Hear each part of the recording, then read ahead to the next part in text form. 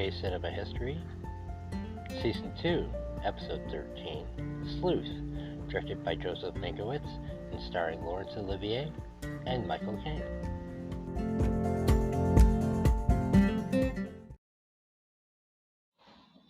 Hello, everyone, and welcome to UK Cinema History. Today's film is Sleuth from 1972, directed by Joseph Mankiewicz and starring Laurence Olivier and Michael Caine, and written by Anthony Shaffer.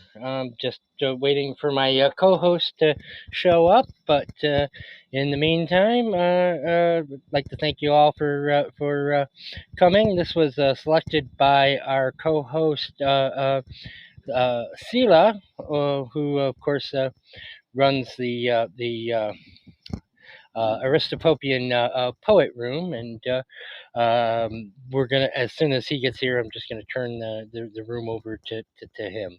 But in the meantime, enjoy the silence while we wait for my co-host to show up.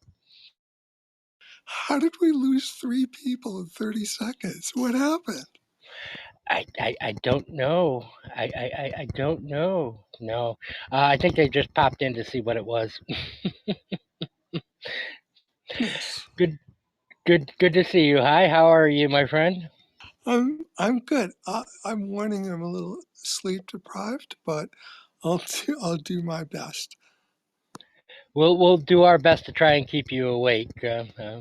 But I do want to warn you. I bought another microphone because of the wind noise, and I got one with a wind guard You on it. sound But I great. think it makes my okay. Just making sure, because the wind guard does make it softer. So you just don't hesitate to say, "Hey, Eric, speak up," because You sound great. it's No, not as I loud. don't. Yeah, I don't hesitate to do those things. You sound great.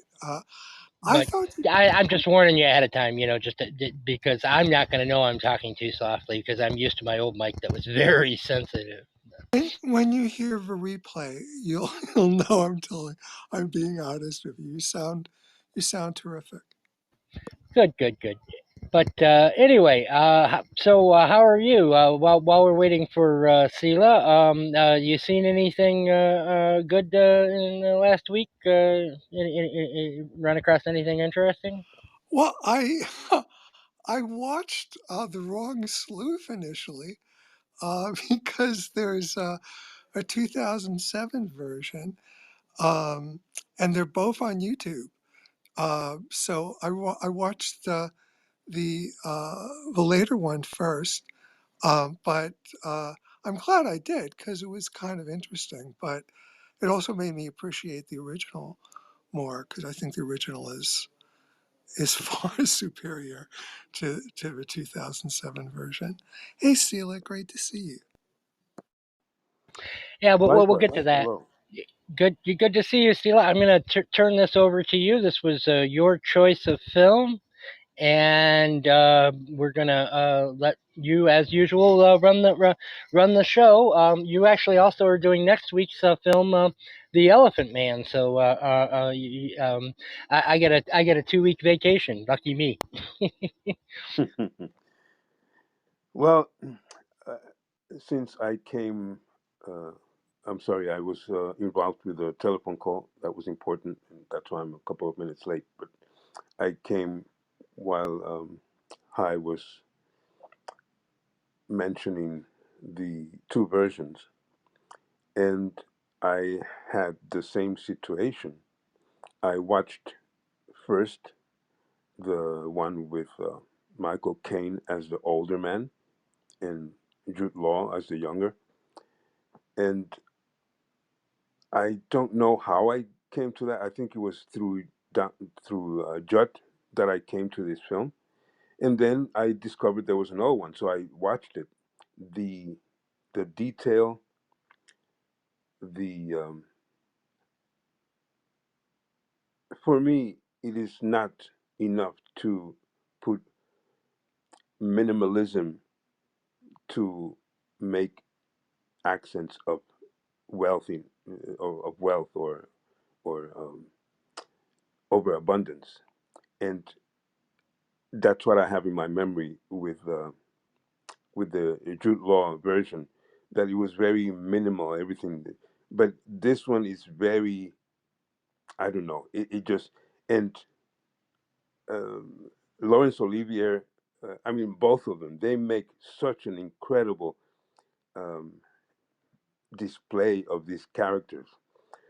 So I'm going to, uh, I'll just, I'm not, I'm trying to decide between uh, taking the position you want me to take and just participating as a regular human being. So there's one thing that I wrote, just a couple of lines, and it might sound a little bit too typical me, but I think, especially when I finished watching it a couple of days ago, I saw this dynamic which I had not seen before. This focus, for the most part, on manlyhood and class. So, um, towards the very end, I decided to write the fragility of being a man, the fragility of being a proper man with class, or a manly man with muscles and suave and swag. The fragility of being of the upper class in the face of the able lower class. The fragility of being English and not Irish, white and not black, handsome and not average. The fragility of being disrespected while one reserves every right to be disrespectful. The fragility of being a master while it feels incredibly hard to be externally mastered. In few words, the fragility of never feeling sufficiently in oneself or sufficiency in oneself. And that's the way I saw that the last time I saw the film. Um, I think, and I don't remember if I noticed that the first time around. I have probably become also a little bit more sensitive to that layer of um, sexuality and homosexuality, especially at the beginning when Michael Caine is trying to investigate in in the in the movements and the expressions of Olivier. What is this guy? What is he trying to do? What he's trying to figure out. First of all, what does he want from me? Is he going to give me a hard time? And then a very strange friendship, if I could call it that, starts to develop. And I think that's one of the very interesting layers of the film, which is quite separated from several other layers. The the comedic element, when you see, for example, something absurd as coming back from having been killed or nearly so, representing somebody else, and then finally when they both realize, okay, now he knows it, and now this is the same guy, they just start going back to being regular friends. To me, that was so funny the way they switch within a second into a very impossible realism that has to do with nothing else but trying to protect whichever role you want to keep, either as the um, macho Italian or as the upper class, rich, impotent English man. Um, and the last I think I would add to that is it jealousy what drives Andrew White, or English arrogance towards an Italian, or the intellectual artist looking down on a shallow worker trying to pose as elegant? Ordinary people in our casteless society seem to enjoy my work. That's one of the things he says.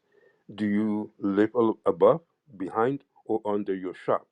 he was constantly throwing things that are so filled with arrogance and with a jokingly and nice, sweet way, trying to say to him, "Look, I know that if you have a nice shop and you're trying to have something with my wife, you must live either above, behind, or under your shop. So you're nobody." So I really enjoyed this film, watching it again and getting some more details. That's terrific. That's terrific.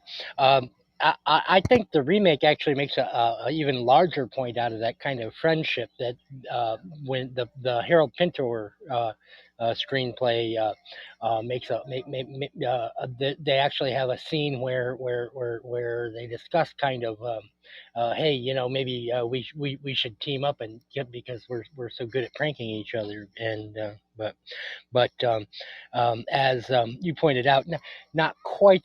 Pinter wasn't quite up to the job, but it was an interesting to see the two side by side because they have nothing in common except for the basic plot. There's not a single line of dialogue from the original film in Pinter's remake screenplay. But I think that was very perceptive about the class issues on that. And just one quick note on that before we move to high. As kind of a little research to refresh on myself on this, I listened to one of the podcasts that I sometimes listen to on this, run by a pair of young Americans who are seeing films from the 70s for the first time. Which I always find an interesting reaction. And one of them asked what the word "wop" and "dago" meant, and said, was that some kind of a British insult for somebody lower class? And I was like, there's hope for the next generation, that those are words that just aren't thrown around anymore.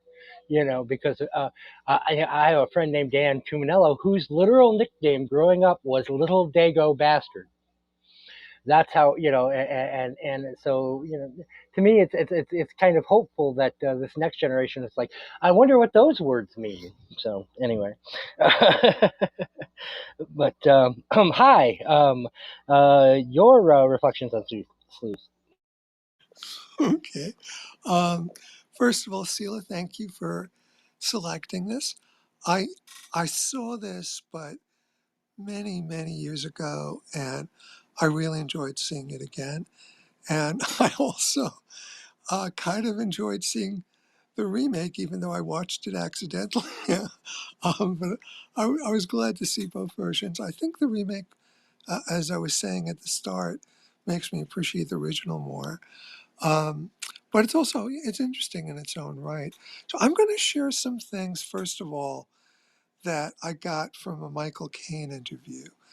And so I'm going to be speaking, I'm not going to do impersonation, I'm speaking as Caine, because I think these are interesting. So 2 weeks before we started filming, I got a letter from Laurence Olivier, and he said, "You may be wondering, because I'm Sir Laurence Olivier, how to address me. From the moment we shake hands on meeting, you must call me Larry forever." And he said that was great. And, so Sila, the class distinctions weren't just within the film.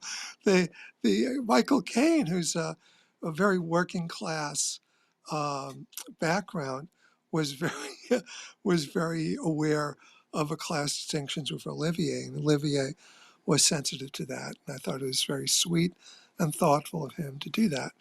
Um, next anecdote, Michael Caine. I had a television in my dressing room, and I was watching Wimbledon. Larry passed by my dressing room and he said, "You're watching television?" I said, "Yes, I'm watching Wimbledon. I love tennis." He said, "You mean you can watch television between takes?" I said, "Yes." He said, "I don't think I could do that. I work between takes. I'm always thinking about the part between takes." I said, "Well, I've already thought about the part, So I thought I'd watch Wimbledon. And Olivier said, "Can I watch television with you?" I said, "Yes, you can come in anytime you like." And he did, and we became friends that way. I, I just love the work ethic of Olivier. It didn't occur to him that he could do anything other than work in between takes.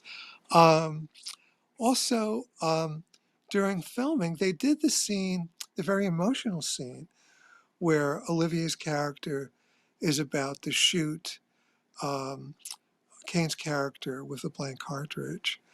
And at the end of it, Caine, Michael Caine says, at the end of it, he looked at me and said, "You know, Michael, I thought I had an assistant. I see I have a partner." And Caine said, "That is the greatest thing anyone ever said to me." uh, for Olivier to say, I have a partner. Um, one other thing from Caine's stories, this kind of a little sad. Olivier was loaded with medications at the start of the filming, especially Valium. And when they started to rehearse, he couldn't remember his lines. And Caine thought, Laurence Olivier, he does 3.5 hour plays, but he can't remember a few lines for a movie. It's crazy. It was because of a Valium.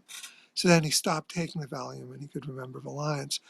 But the reason he was on that medication is he was having a nervous breakdown because things had gone, things had collapsed with a National Theater, which is what he'd poured his heart and soul into for decades. And so he was very upset, and financially too. So he was just distraught over that. And by the way, and this is a bit of trivia I was shocked to discover. Um, so Laurence Olivier got nominated for Best Actor. So did Michael Caine. In fact, it's one of the only films where the entire cast got nominated for Academy Awards. I think there's only one other one, which is James Whitmore, who did a one-man show. So Who's Afraid of Virginia Woolf? no, but that was not the entire cast, was it? Yeah, there were Uh, 4 people in the movie, and they all got really and all 4 of them got nominated. Yep, yeah. But Sleuth is okay, one of 3. Yep. cool. So the winner that year, as Eric probably knows, was Marlon Brando for The Godfather. Now here's the thing that's a kick in the head to me. Francis Ford Coppola's first choice to play Don Corleone was Laurence Olivier.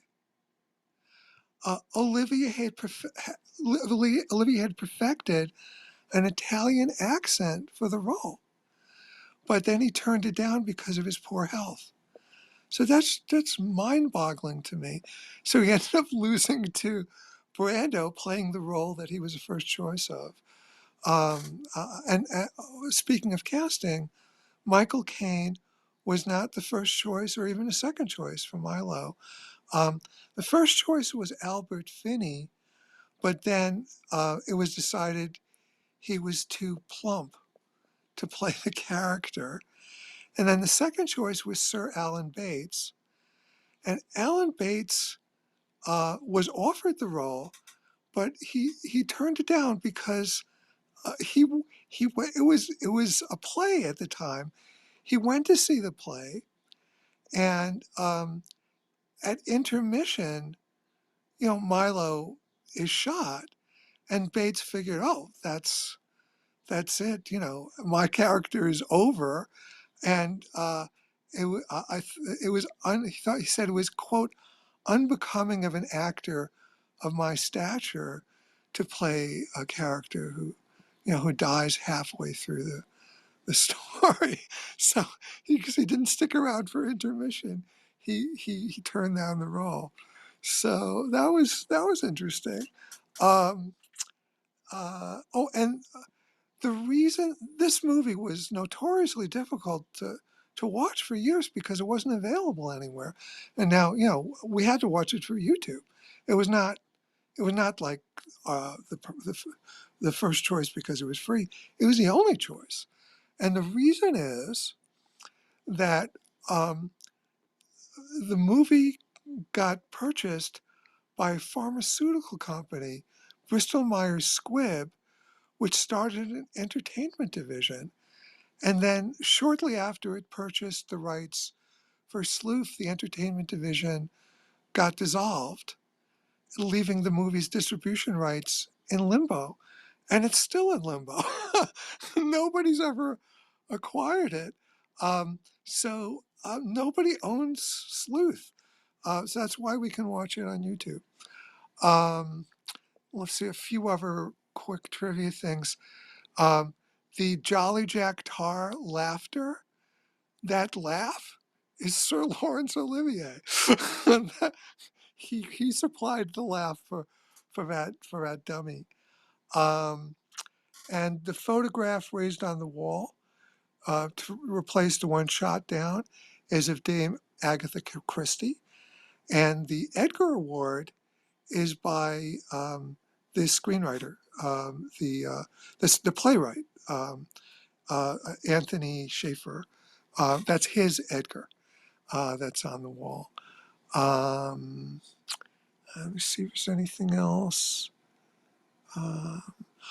Speaking of Anthony Shaffer, he also wrote The Wicker Man and the screenplay for Alfred Hitchcock's Frenzy. I think that's that's enough for now. A few other things I can say, but they can wait for later. Thanks, Hi. And it's also interesting. I was a twin until I lost my brother in 2014. But Schaefer's twin brother, of course, wrote Amadeus and also Equus. So a lot of talent in that family. Meanwhile, Oh God, Eric, I'm so sorry. oh, I'm so sorry. it was a decade. It was a decade ago. But anyway, Mankiewicz's brother wrote Citizen Kane. Uh, the director's brother, Mankiewicz, made this film because he was still in director's jail from having made the disastrous Cleopatra with Burton oh gosh, I'm forgetting her name, but you know the movie I'm talking about. But anyway, Elizabeth Taylor? yeah, but yeah, Elizabeth Taylor.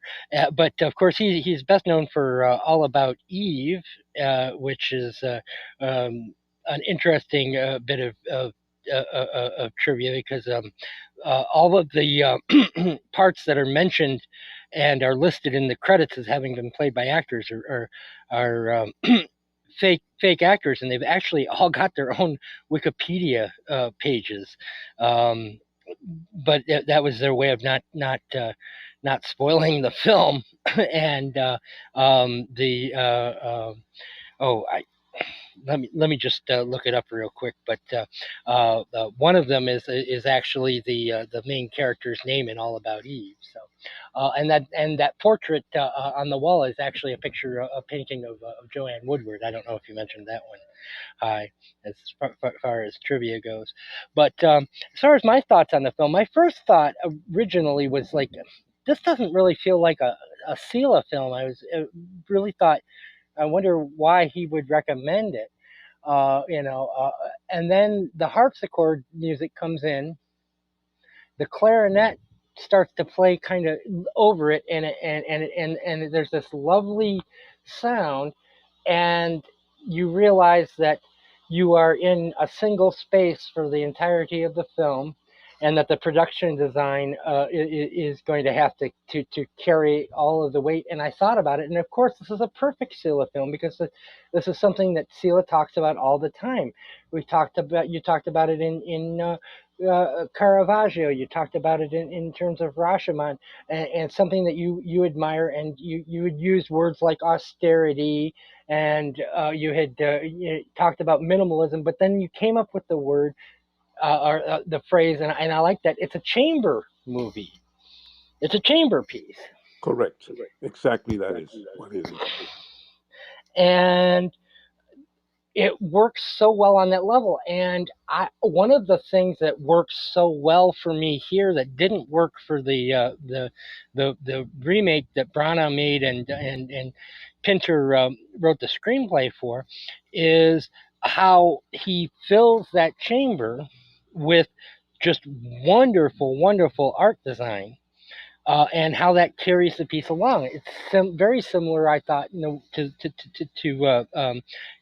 Caravaggio, and I think the art design on this film, it's the same fellow who did all the James Bond films, and works so well with the cinematography, who is a guy we talk about all the time. Oswald Morris, as a matter of fact, he shot Our Man in Havana, the film we did last week, and he also shot The Entertainer. I mean, but work in consort to take a film that may have been just kind of yeah, I think of that film Death Trap Michael Caine made with Christopher Reeves, that just a kind of a forgettable filming of an Agatha Christie like stage play, and what moves it into high art are two things: the chambering of it, that is to say, that great art design, and the performances raise it so far above its actual material. Because of course, and this is an older movie, so I'm not too afraid of spoilers, but the spoiler in this is pretty obvious from the get-go. When Michael Caine, when you see his car and you see him walking, you're like, oh, okay, that's that's what's going to happen. But then you have that second twist, which of course is the murder plot for the mistress, and that raises it above, like, okay, I didn't get the twist. There's another twist, but because of the art that went into this film, this isn't simply like an M. Night Shyamalan twist film to me. This actually works for me as a piece of art. And I did something that I don't do a lot, which is watch it a second time when I was not sucked in by the story, when I was not looking for plot holes, when I wasn't doing all the things you traditionally do during a whodunit, and I was just able to enjoy it on a pure level of just cinematic greatness in terms of the art direction, in terms of the performance, and in terms of the photography. And I thank you, because this is a film I hadn't seen in 30 some years, and I think my life's been enriched a little bit because it's now kind of a part of my knowledge of cinema history. It's also raised my estimation for Joseph Mankiewicz in terms of directors, and I've actually gone back, and I haven't watched them yet, but I've queued up 5 of his other films, because he is somebody who I think has an eye for, and I'm not going to go watch 4.5 hours of Cleopatra, but I'm only so dedicated to the cause. But I am going to go rewatch his Au revoir, because of what a terrific film this is, and how much of what makes it terrific was on the director's level. So those are my opening thoughts. I'm really glad you mentioned. I just want to say, I'm really glad, Eric, you mentioned that I think it's extraordinary that a film with just 2 people in it and one location could be as absolutely compelling throughout, never a moment, never a lull. It's an extraordinary cinematic achievement. To the point you made, which I don't recall right now exactly which word you used, Eric, but it made me think of the interior, the that's actually a castle, a small castle. But when I think of the smarts, the intellectual energy, the astute character of Laurence Olivier and his character, and everything that was implied, at least to me, it's all perfectly reflected in the interior of that house. The playfulness, the the detail. You see so much stuff in this place, so little detail, so many things in this place that you cannot imagine any human being being able to have a connection to every single piece. But in this case, you have the impression all the pieces he knows very well. He knows where they are, and he knows exactly in detail a certain connection to them on different levels. So I found to support what he was portraying, which actually to me was not a nice person for several reasons, but it felt so good to be able to see that this crazy man has acquired somehow a house filled with so many little things that all reflect who he is, or vice versa. And I very much felt like this is an eccentric writer's house. Like this is the kind of house I picture when I picture, New York Times best-selling author High Bender's house. Although I bet High on your hedge maze, you keep a fully stocked bar in the middle of it, and you don't just keep a bottle of gin and call it a bar, right? I mean, that's just not good. Well, actually, the character was based on Stephen Sondheim. Sondheim loves mysteries, and was an avid collector of games. And Sondheim's screenplay, The Last of Sheila, reflects both of those obsessions. So it was actually based on a person, one of the most revered lyricists in theater history. Interesting connection to that. Tony Perkins and Sondheim used to hold mystery weekends when they lived together in that place, and one of Shaffer's early inspirations for this film came from being invited to one of those mystery weekends by Anthony Perkins at Sondheim's estate. So he had a lot more inspiration on this than just that. And also interesting, if you watch the film Last of Sheila, which Herbert Ross directed, it's actually a pretty good movie, but it's everything that I was saying this film elevates above, because it only works as far as the plot goes, because Ross, who would become a good director, but he was a very young director. He doesn't have the mastery to elevate the material the way the material is elevated there. And I'm glad you reminded me of Last of Sheila, because I was trying to think of an example besides Death Trap. Of a film like this, of what you expect, and that is what I was expecting, something like Death Trap or Last of Sheila, and what I got was something that maybe not as great as Caravaggio, but as well written as the dialogue is throughout this. I consider this a very artful film.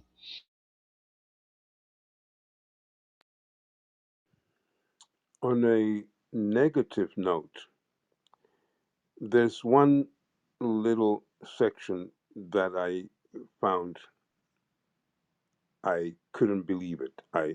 It was not believable for me, and that is when he has escalated his insults on his own wife to the extent that her lover is about to walk out because he's so um, He just cannot accept that. So we see he disappears. He hasn't left, but we cannot see him. He's about to open the door and leave. And Laurence Olivier, or Vike, says to him, "Can you afford to take care of my hands?" And I find that not enough for the whole insults to be mopped away so that Tyndall comes back and continues like like old friends, drinking and making jokes and celebrating whatever they want to celebrate. So I found that a little bit that surprised me because they're two very very good actors, and somehow that transition for me was not believable. I thought about that, and I decided I was good with it because what it's doing is giving us information without spelling it out. What's being communicated there is he's having a lot of trouble um, maintaining her, and this is like constantly on his mind. He feels he's going to lose her if he can't find the funding, and he doesn't know how he's going to do it. And so this is if you say something that relates to something the other person has had in their mind all the time, then yeah, you're going to stop them in their tracks. So what is being communicated there is this is a huge problem for him because given the provocations, he would have walked out if it wasn't something he was already obsessing about. So what it's telling us is this is not a minor thing for him. This is a huge thing he's thinking about all the time, which helps to justify everything he does from that point on. Why he's willing to go along with all this mishigas because he feels he's going to lose the woman he loves if he doesn't do that.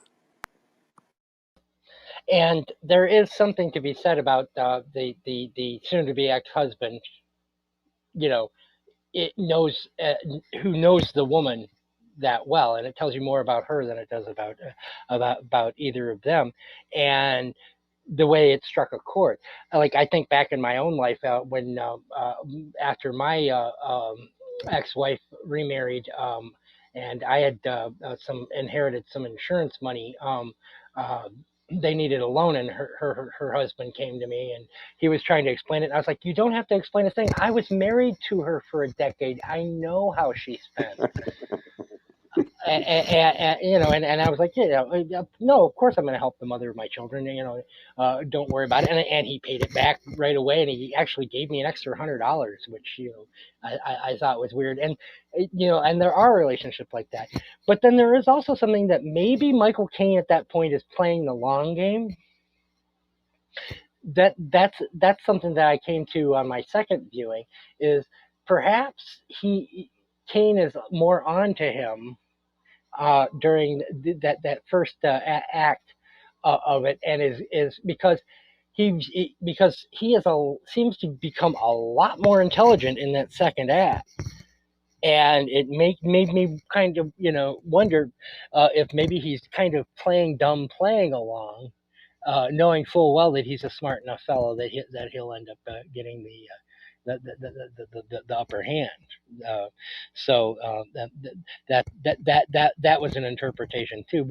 But that was something that occurred to me on the second viewing, where I just kind of realized, just how smart the Michael Caine character is.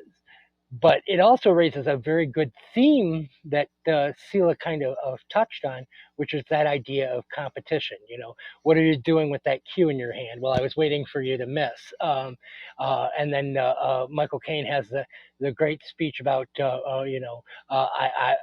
being even isn't good enough. I need to win. My father was even, and he was a loser, and there's a and there's a constant gamesmanship all the way through, and it's all about somebody has to come out on top. And the reason why Caine's character has to lose his life is because, of course, he's come out on top, and and the ultimate way that he can actually win the game is for Olivier to actually kill him, which I think says a lot about the competitive nature of men in general, and this particular breed of men in particular. That's interesting because Sila was talking about defects. I thought that was a defect, but you just framed it in a way I hadn't thought of. So it's interesting.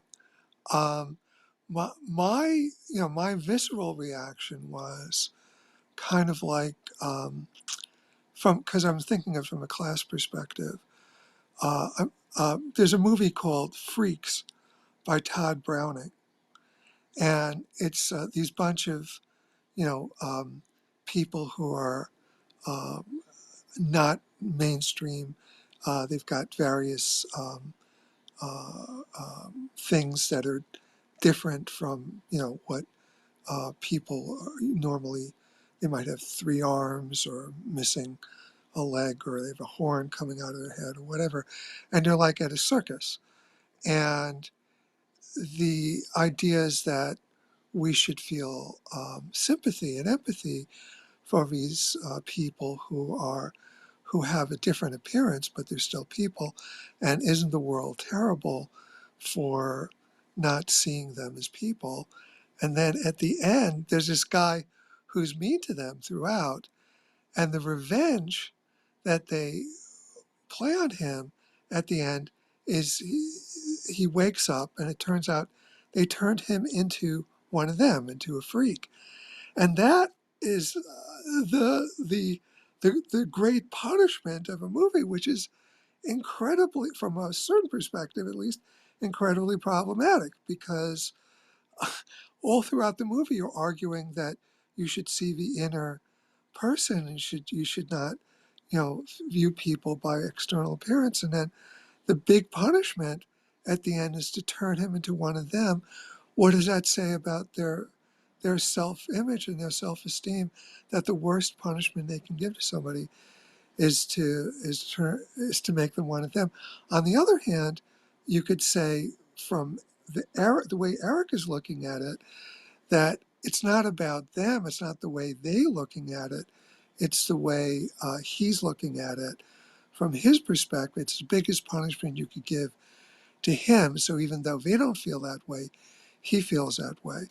So, because my feeling on that ending was, you've got this upper class guy who's imposing his values on this guy who he's imposing these values on this guy who doesn't feel that way. Um, he's just trying to stay even, really. But it doesn't come from this kind of hateful upper class versus lower class place that the Olivia character is coming from. So when Caine seems to be happy, literally happy, to die at the end, he dies with a smile on his face because he gets to win. That seemed to me out of character and, well, frankly, insane, but also out of character um, with the way he was for the rest of the film. It didn't ring true to me. But if you want to say they both have toxic masculinity, and they're like at equal levels of competitiveness, then I guess it works. It didn't work for me emotionally. I didn't see them at equal levels of toxicity. I thought the Olivier character was racist and sexist and just all obsessed with his class. And Caine didn't come in that way. He just was somebody who, from his, I think we're supposed to believe from his background as an Italian, takes revenge seriously. So it's important for him to give as much as he gets. But there's a difference between answering back and starting something. So, but I think, Eric, your perspective is really interesting, and it didn't work that way for me emotionally, but I understand the logic of it. So yeah, I understand that is a valid interpretation. Yeah, because he sets it up by going to the police, telling them the story to make it so that any story that Olivier has about what happened to him is just not going to be believable.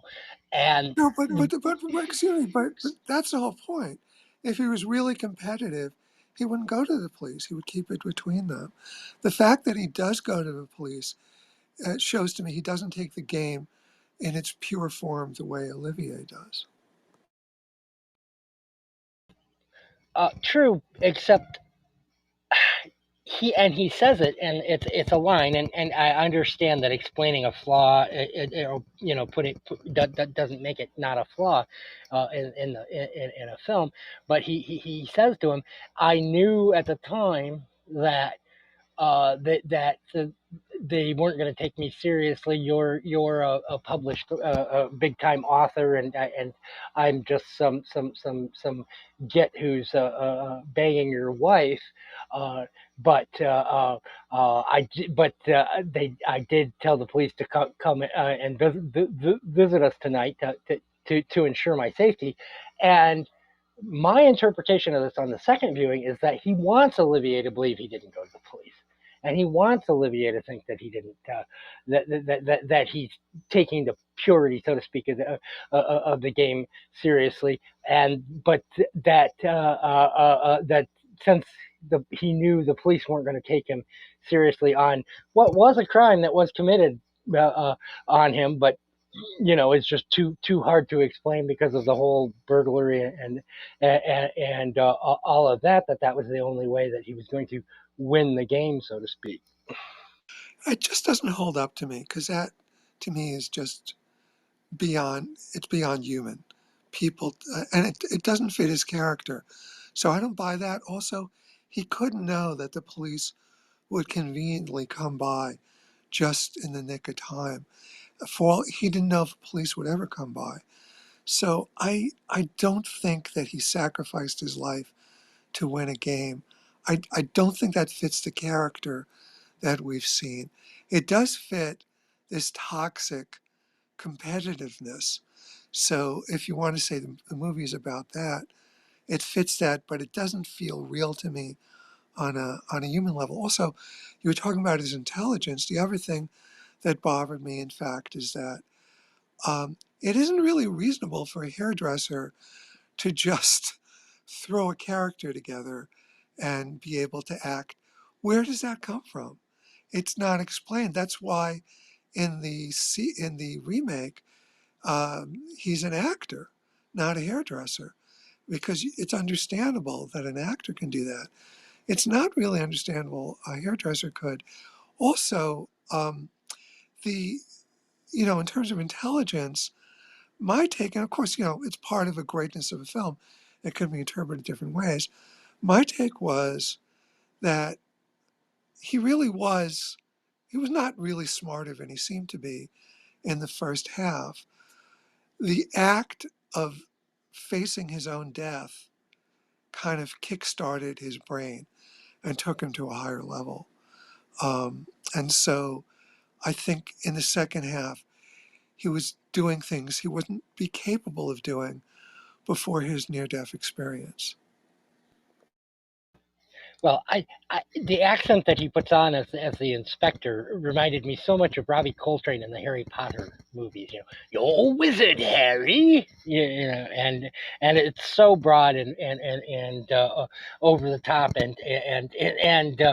so that's what made me buy it was Caine's performance of it, because it was just your stereotypical TV British detective, so to speak. And he didn't. It wasn't like he had. Uh, uh, uh, he didn't come off as like a studied actor to me on that, but. your point is valid. It did make more sense, and I think the ending of the remake, even though I didn't enjoy the remake nearly as much, makes more sense. Where you kind of have the implication that Caine, the older man's character in the remake, is constantly doing this with his wife to set people up for these type of things, and it's almost like a serial killer situation. Which that I thought was a much more satisfying ending than the ending to this one. But I think this film is just overall much more artful because of course, the set decoration, and that was very, very modern. They replaced the toys with the automatons with the lights, and it looks almost immediately dated, even though it's only a decade old. Because of course that is a design that is it was very modern tech, you know. In whenever they made it 2007, and now that whole house looks extremely dated. Whereas I think the original film, using the much more classical set design, ages much better. Oh yeah, absolutely. This is a far better film. But speaking of just one other thing on the believability front, there's also from the other perspective how Olivier doesn't really question the detective, and it doesn't occur to him that maybe it's somebody wearing a mask and a costume. In the stage play, this is partly addressed because in the stage play, Milo is shorter than Andrew, and when he comes in as the inspector, he wears elevator shoes to make him taller than Andrew. So that's part of why he's you wouldn't. But Michael Caine is um, is 6'2", so uh, he couldn't do anything to make himself shorter. And Laurence Olivier is 5'10", so they couldn't do anything with that. He had to be his inspector had to be the same height as Caine's character. So that option was unavailable. And the 2007, also interestingly, in 2007 remake, Jude Law actually is shorter than Michael Caine, but they didn't choose to make use of that in the way they did in the play, and they didn't give him elevator shoes, and they just kept him the same height throughout, which I think was probably an error on their part. Well, and of course, the remake creates a lot more logical issues than the original did, which is interesting. That a Nobel Peace Prize winning author was not quite as up to the task as Shaffer was in his original. And I'm a great lover of Harold Pinter, but that was not one of his better screenplays. Also, uh, nowhere near as a crisp dialogue in the remake, which is very interesting because Pinter is known, if nothing else, for his dialogue. It is interesting that they had originally wanted Alan Bates for this because that would have made this film remind me a lot of The Servant, which was an adaptation of by Harold Pinter of a novel. I can't remember the novelist's name, but it was directed by Joseph Losey, which he and James Fox share a castle-like house, and I think it would have actually been way too similar to The Servant. It would have brought too much. Too many memories, and wouldn't have been able to evolve and become its own thing the way that it does. So I think it's a good thing that Bates turned it down. And I think Michael Caine is actually the perfect Milo. And quite honestly, they did this with Jude Law twice. They remade Alfie. And they remade this with Jude Law trying to replace Michael Caine, and I just don't think you can replace a Michael Caine. But in the future, if they try to do that with Jude Law, in fairness, I'll probably say I just don't think you can replace a Jude Law as well. A quick story about Alfie. I'm sorry, I'll just get this out and then I'll shut up for a while. But since you mentioned Alfie, Michael Caine, is like a secret shame of Michael Caine, is that he auditioned for a stage version of Alfie, and he didn't get it, and he felt terrible about it. He felt like he like it was like a career destroyer. And then he was driving by the theater that didn't hire him a few years later, and the actor who did get the part was still playing it. He was still there, and Michael Caine was driving by in a Mercedes, and he was saying to himself, "Thank God I didn't get that part. I wouldn't be driving in a Mercedes." They saved me from a life of a poor theater actor. He would have been Alan Bates. There are two things I wanted to mention. One is I find interesting how pretty much, even though we see only two individuals the whole time, and especially the wife and lover, namely this Marguerite, she's very present by us looking at the painting repeatedly. But there's only two men, and they're driven vastly by three individuals.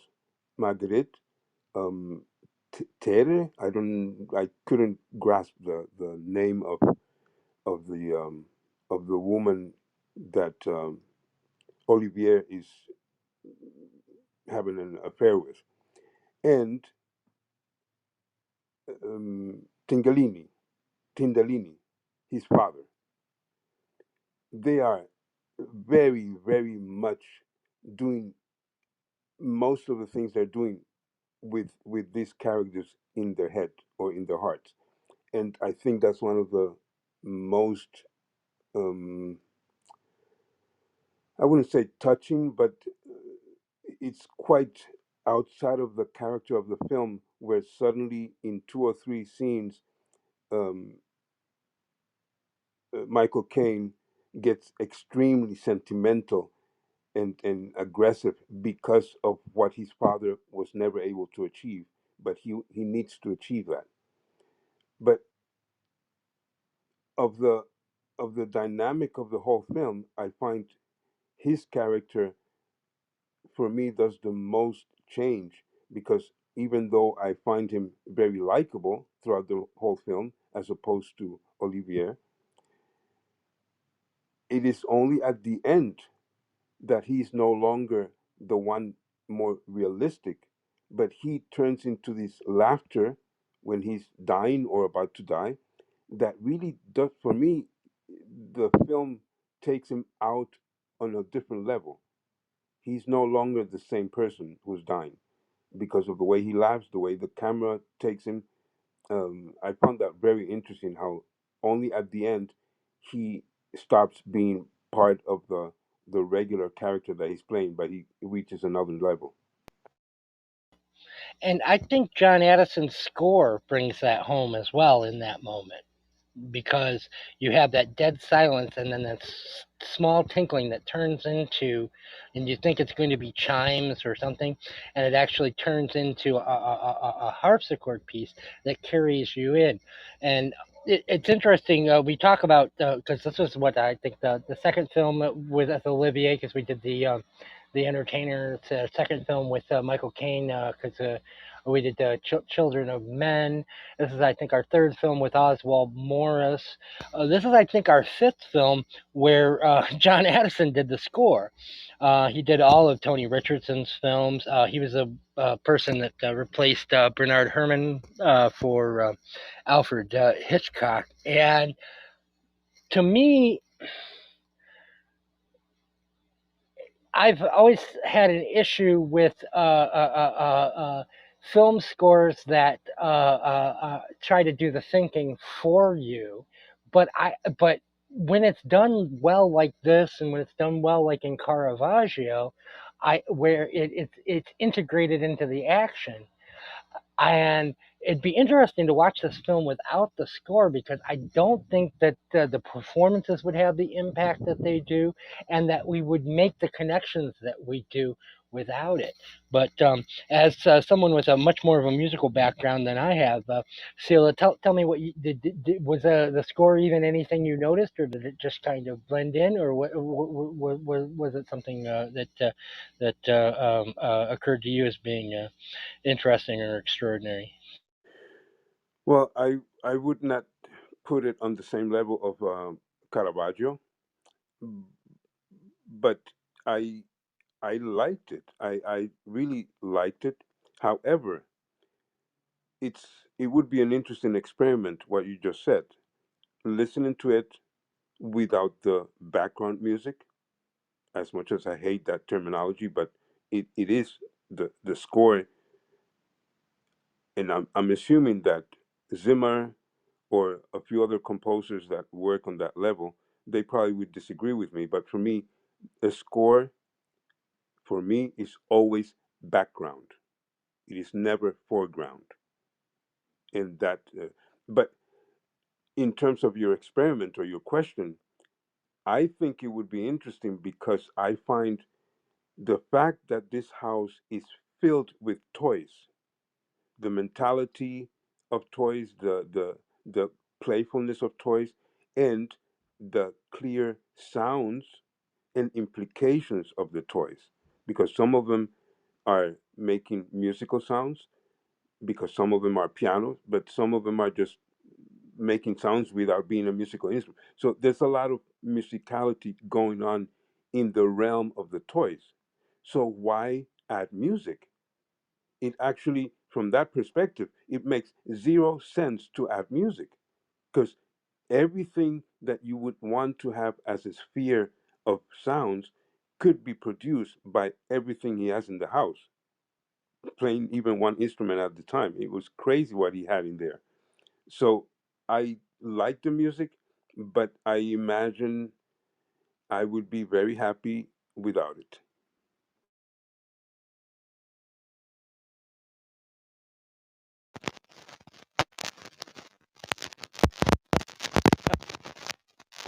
Oh, Are Eric, you all of a playing sudden, music? yeah, all of a sudden your mic is crackling.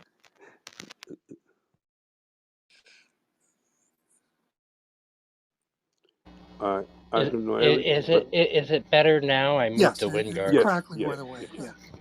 Okay, yeah, it's a new microphone because I had the problem with the wind yesterday or last week, so I bought a new microphone with a wind guard, but I don't know how it It, works. it's it's One been of these. great until just a few seconds ago.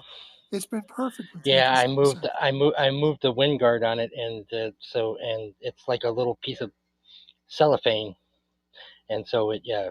Anyway, I'm working on it. I'm just trying to make the best room possible. That's all. No worries. But there's something I call the Scylla effect, where I'll be watching a film that never would have even noticed the music, and I'll be just like, that's a little intrusive. Like, wouldn't that have just been better if we could have heard whatever the wheels on the of the car on the asphalt or what have you, instead of having that? And of course, that's something I never would have noticed until I started doing rooms with the Sila Blume, who kind of brought to my attention how often scenes would be improved by having either silence or just sound effects as opposed to music blaring at you. I think there's a tremendous concern that they're going to lose the audience with just two people in a movie, and so I think the director did what he could to ensure that it would be a moving train, and he always had our interest. So I think that was, whether you feel it was the best choice or not, I think that was the motivation. Yeah, and Soma makes the point in the comments that the score becomes another character, and that yeah, in a way it does, and the house becomes another character as well. I think And the in that way, toys. in the set direction.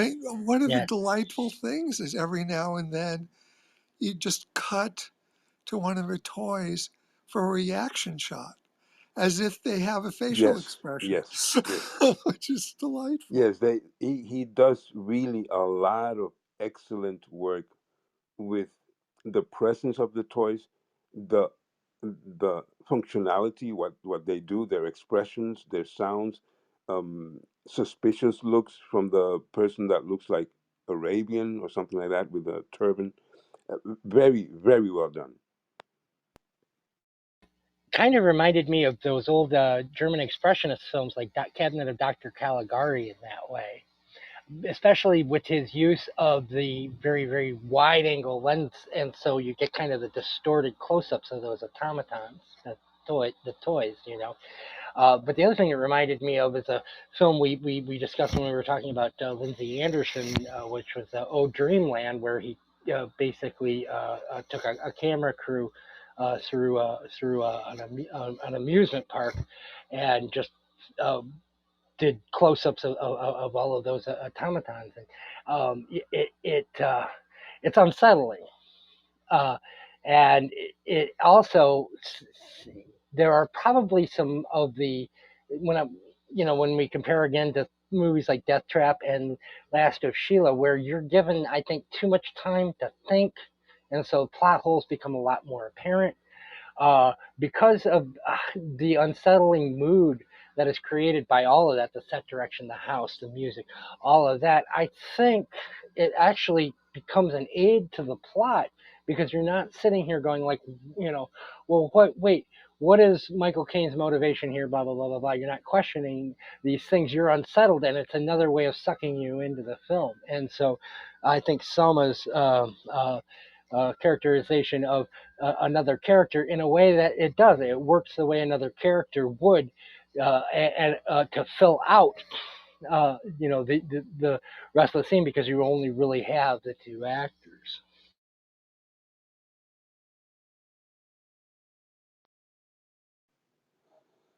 Yeah, and I keep thinking about the fact that the what moves these two men are actually people who are not there. However, the the real conflict is, at least from one of them, the the question of manliness and who's in charge and who's better than the other, because he's actually, as we find out towards the end, he's impotent. He's not really having any sex with his girlfriend, even though he claims while playing billiard that he could be an Olympic whatever he said there. But everything is driving at not getting a woman back. Not everything is the competition between these two men, specifically the Olivier character or Andrew Wyke, to prove to himself, mostly to himself or to someone else, that he is better. And I find that interesting how much energy is invested in people who are not in the set, but the energy at the same time just having this struggle back and forth. And Kathy points out in the comments, doesn't it boil down to one man knowing the rules and one man knowing people? And that is an interesting thing, but because of that, and goes to the class issue as well, because of course you expect the Olivier character being of a more educated class and a mystery writer to kind of know the rules, so to speak, you know that's just something that we've come to as kind of like something in films that have class distinctions, but that Caine is able to kind of doesn't isn't literally isn't playing by the rules. He's creating his own rules as he goes along. Well, he's extremely personal. He's not dealing with anything of high culture. He's not dealing with intelligent criticism. He's just plain outright saying to him, "You're Italian and you're a hairdresser and you live under your business or behind your business or on top of your business." And she prefers Dom Perignon and not this cheap Italian wine. So he's constantly, for no reason, attacking him with all kinds uh, of ideas. The line that became yet another Smith's lyric, a pumped up pantry boy who never knew his place, is repeated twice, which of course ended up in This Charming Man by Morrissey. Does love his British films, doesn't he? Yeah. This is like, I think, the fifth time, and we haven't even done Taste of Honey yet. Wait till we get Taste of Honey. And I dreamt about you last night, and I fell out of bed twice. Where so I may not particularly care for his music, but I really actually do like Morrissey's taste in movies. There's another line that I like, which is also an attack, but I thought it was quite well done. That line, he Tyndall or Tindalini, he's speaking. He's answering the question of where he lives. So he says he lives in a Georgian house, and Olivier says, "So we go from a Genuan to a Georgian in a single generation."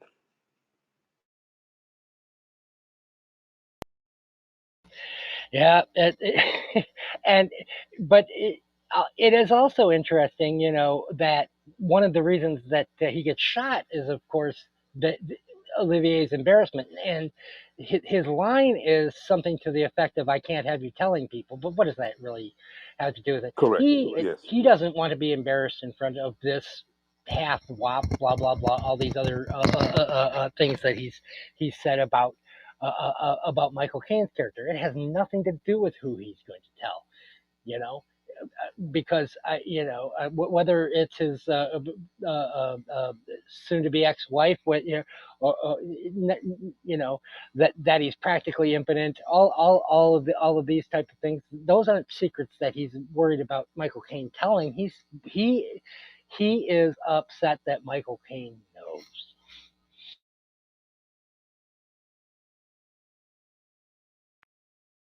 Which would mean he would lose every power. But I also find the discrepancy between his actions, the way he handles the situation with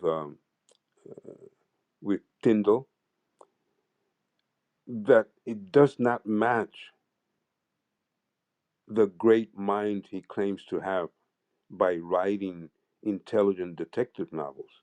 The two minds do not match. The mind of attacking Tyndall and the one of writing the books, they're very different minds. And it is also interesting because, of course, in the first act, Caine pretends not to know anything about his writing, and in the second act, it's revealed he knows all about his detective and has probably read all of his novels. Now, one thing that I never understood, not the first time I saw the film, which is quite a few years ago, and not this week, the the metamorphosis from Tindalini being shot and getting out of the house to be able to come back. I don't know if that's just implied by the fact that we go from point A to point P, or did I miss something on clues? But I don't see when and how that took place. How is it possible that be, the main problem is he had to see that he escaped? He had to have noticed that Tyndall escaped. No, he detective. There's a scene I think you missed. He tells the detective that he'd knocked himself out cold. That Laurence Olivier woke him up and told him it was all a joke, and that they had. I think his exact words were only a few too many brandies, and he left, scared and smarter. Um, and then you see when the detective comes back, you see his car, his MG, with his Milo, with the MT on the license plate, his initials on the license plate, parked in what looks like a bush, like as if it's being parked there to hide it. And of course, the implication, if you don't know that Michael Caine is in disguise, is that Laurence Olivier is trying to hide the car. But of course, what you realize later is that he drove up in the car and hid it in the bush, and that's how he got to the house, because how else would the detective have gotten to the house? And that's part of his setup. Well, when he tells the detective what happened, and he tells him about being drunk, that I followed. But he only tells the detective, but we don't see it. We don't see, we just see that he's shot, and we don't see anything else. So we don't see an actual development. We just hear him saying, but I don't know how much he's lying, because at first he was not going to tell anything to the detective. But at that point, we're taking it as truth. Like he's like, the Okay, gig's up. all right. Okay, yeah.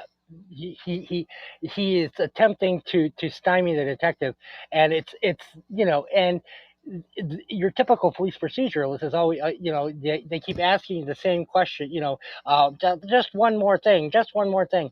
And they keep asking you the same question over and over. And you realize the reason they're asking you that question is because they know the answer. And so you just kind of have to say, okay, you got me. And so then he says, okay, you got me. This is what really happened at that point. Um, and of course, because he is actually Milo and not a detective, Michael Caine actually knows what happened at that point, and so he knows when he's telling you the truth.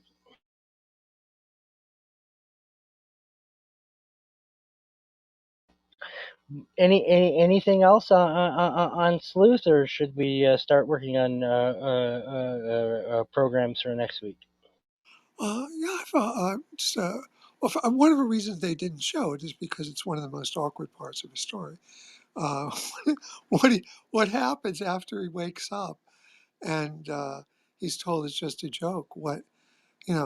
And he just slinks away. That it's kind of hard to imagine that. I think part of the reason we don't see it is because it's one of the more implausible parts. I'm not sure what he would do. Maybe just punch the guy in the face, punch Olivier in the face. But it's kind of hard to imagine that scene, and I think that's one of the reasons we don't see it. But I want to correct something I said at the start, just for my for my anal retentive peace of mind. Um, what I should have said is, this is one of only two movies whose entire cast was nominated for a Best Actor Academy Award. Um, and that is accurate. The other one is Give 'Em Hell, Harry, a one-man show by James Whitmore. So that's what I should have said. Yeah, because there were four nominations for Best Supporting Actor and Best Supporting Actress for Who's Afraid of Virginia Woolf. Yes, correct. Thank you for that correction, Hi. We make mistakes here, but we do correct them. We're going to make mistakes all the time, though. It's just what And happens. one other thing, this is an observation from IMDb. It's not mine, but I thought it was kind of interesting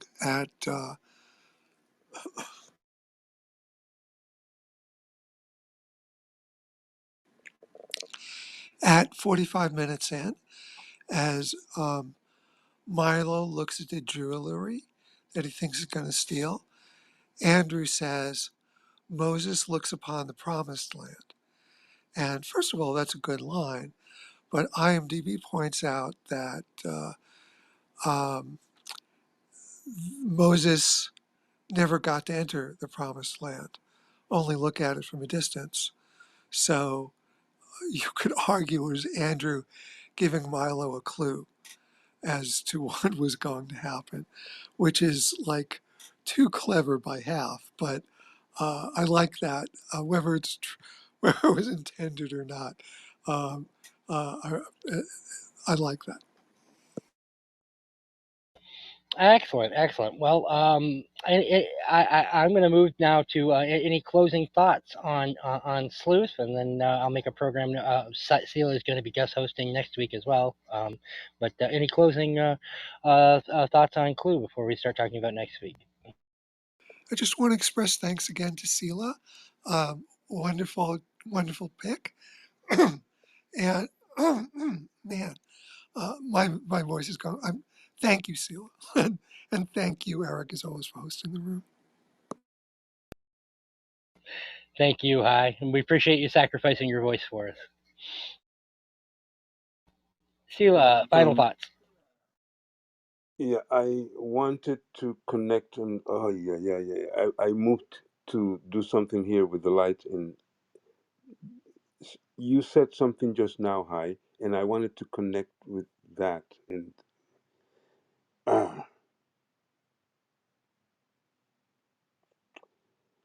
no, it's gone.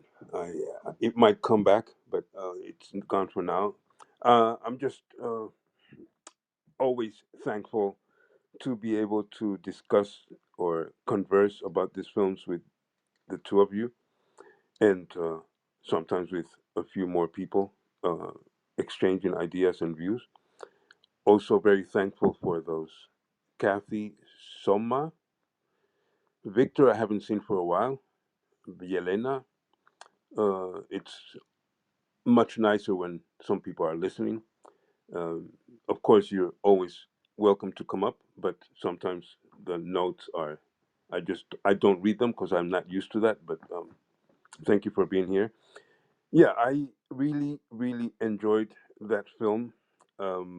I think we all agree there's quite a difference in quality or inventiveness from the first one in the 70s to the one in 2007.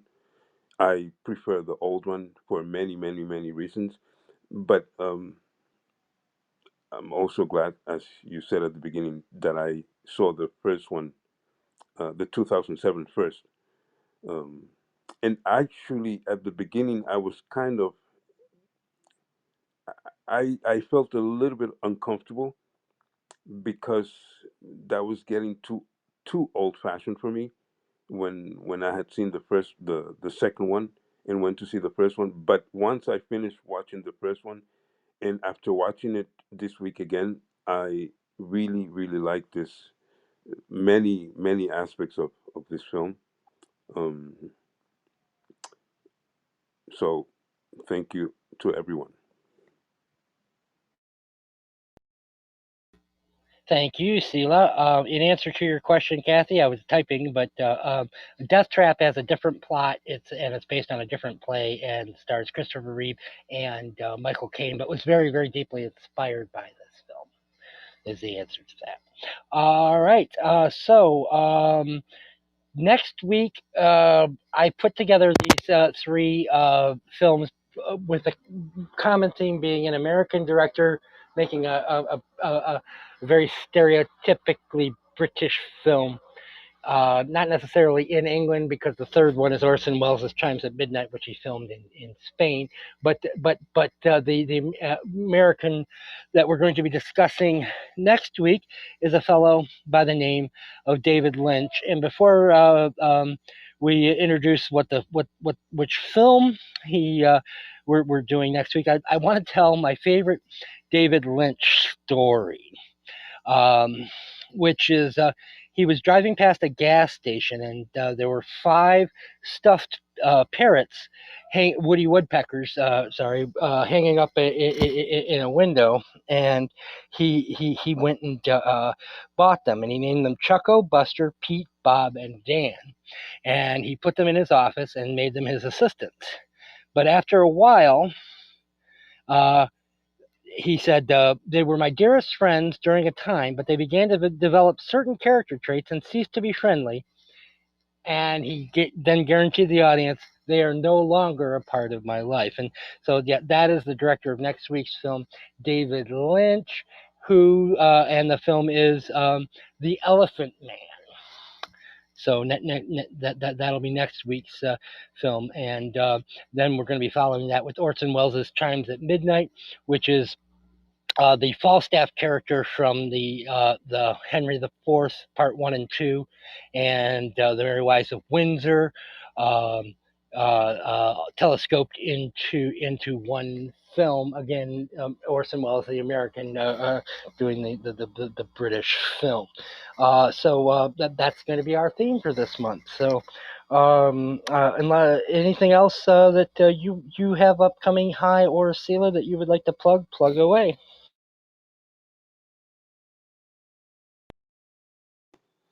Well, I'll just mention that Barbra Streisand, Ella Fitzgerald, Shakespeare, Duke Ellington, Lars von Trier, and Ludwig Wittgenstein, they all have birthdays this month. So I will be doing with something with most of them. So be on the lookout for that. And of course, that we're doing Chimes at Midnight as part of Shakespeare's birthday here in UK cinema history. So there we go. Other than that, hey, we stayed under 90 minutes. I congratulate us on that. We were less verbose than usual. Thank you to my co-hosts, Hi and Sila. Thank you, Yolana, Kathy, Victor, and Soma for listening. Have a great week, and we will see you next week for The Elephant Man.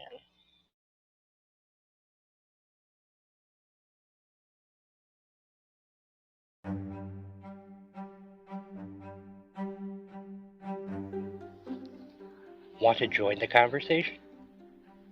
Every Thursday, we record on the Clubhouse app. Just follow the link in the episode description, and you can be a part of our panel.